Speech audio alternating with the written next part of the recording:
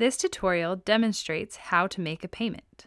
From your My Financial Center home screen, click on the View/Pay Charges button in the Unpaid Charges section.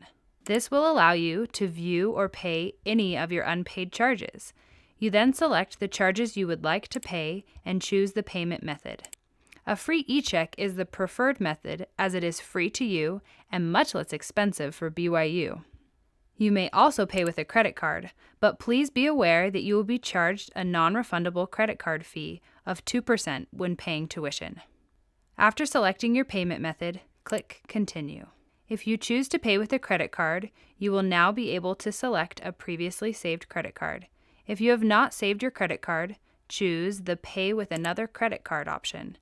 This will allow you to enter your credit card information. When entering your credit card information, be sure that the address you enter matches the address you have on file for your credit card. If they do not match, the payment will fail. If you would like the credit card to be saved for future use, be sure to select the Save to My Accounts box. Upon entering the necessary payment information, click Continue. If paying by a free e-check, be sure to add the correct routing and bank account number. An example of where you can find the bank information can be found by clicking on the question mark.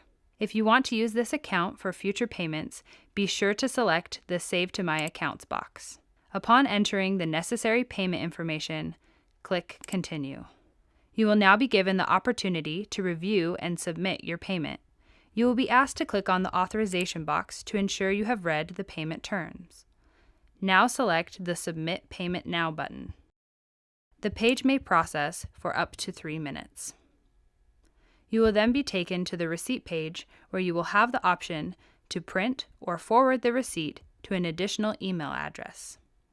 Click Finish, and you can then log out, or you can go to your transaction history page and see that the payment has been posted to your account.